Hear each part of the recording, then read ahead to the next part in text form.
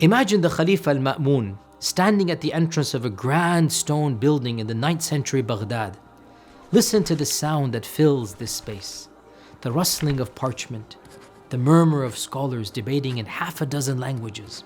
The Greco-Roman translation movement was unlike anything seen before. The government sponsored scholars to study the works of ancient civilizations, the famous Greeks, saving the texts of the likes of Plato, Aristotle, Ptolemy from being completely forgotten. But this was not mere preservation. Greek philosophy met and intertwined with Islamic thought. Ancient medicine was tested against new observations. Mathematical concepts were refined and expanded. This is the story of how one civilization saved the knowledge of another, and in doing so, transformed itself and the intellectual trajectory of the entire world forever. In order to understand this translation movement, we need to set up the scene and the context. With little science, philosophy, or literature of their own, the early Muslims embraced learning about the intellectual cultures of the people they conquered with a gusto and enthusiasm rarely seen before. Al-Mansur himself had requested and received a number of books from the Byzantine emperor, including books of the great mathematician Euclid. Then, Abbasid military campaigns in Byzantine lands led to the acquisition of many more Greek manuscripts during the times of Harun al-Rashid, and also Al-Ma'mun sent further requests to the Emperor Leo for sending over more Greek works. Now the Arabs didn't know Greek, so they first employed translators from their non-Muslim subjects, such as some of the Jewish and also Nestorian Christians. These early Syrian Nestorians first translated the Greek works into Aramaic or maybe even Syriac, and then another group of translators translated them into Arabic. The first translations included Greek medicine as represented by Galen and Paul, Greek mathematics and allied sciences through Euclid and Ptolemy, and then later the philosophy and metaphysics of Plato and Aristotle, and then also the explanations by later Neoplatonic philosophers. The metaphysics were a revised version of their ancient Greek mythology, but this worldview did not deeply penetrate into the theology of the Muslim world. In fact, during this formative period, the main concern of philosophers in the Islamic world was the translation and interpretation of Greek philosophical texts, especially those of Aristotle. Figures like Al-Kindi and Al-Farabi championed these texts and insisted that they contained truths of paramount importance for any reader, regardless of whether they were pagan or Christian or Muslim.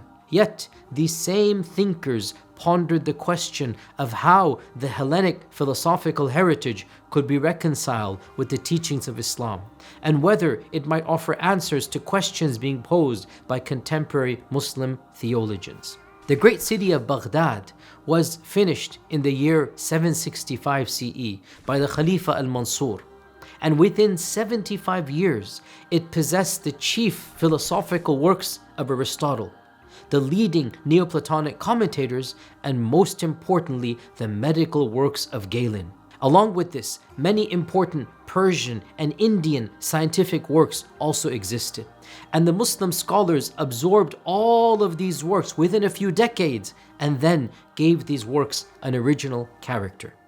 In the year 830 CE, the Khalifa al-Ma'mun officially established the Baytul Hikmah, the House of Wisdom, to further his cause of bringing forth Greek and other works into Arabic. Contemporary scholars described this as, and I quote, a combination library, academy, and translation bureau, which in many respects proved the most important educational institute since the foundation of the Alexandrian Museum in the first half of the 3rd century BC. Up until then, the translations from Greek were being produced sporadically and independently by Christians, Jews, and recent converts to Islam. But from the Khalifa al-Ma'mun through to his immediate successors, the work was concentrated mainly through the Bayt al-Hikmah, the academy. The academy was also responsible for revising and improving earlier translation.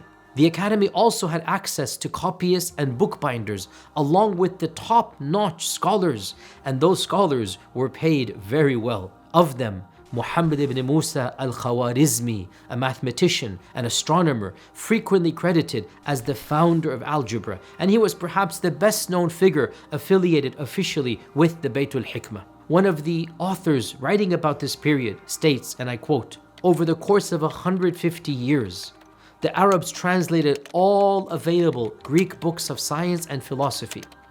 Arabic replaced Greek as the universal language of scientific inquiry.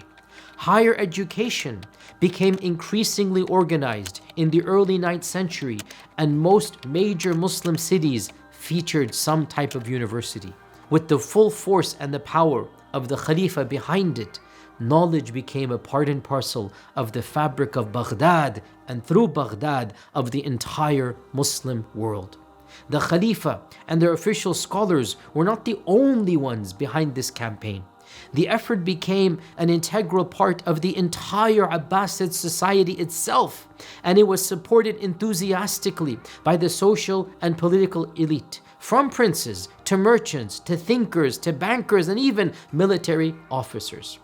Unfortunately, there is little mention of Baytul Hikmah after Al-Ma'mun's life, but anything that remained would have inevitably been destroyed by the infamous invasion of the Mongols in 1258, when the Mongol army ransacked Baghdad. And of course, that is the topic of another lecture. The fact of the matter is, were it not for the Muslims, we would have lost many of the classical works of the Greek philosophers.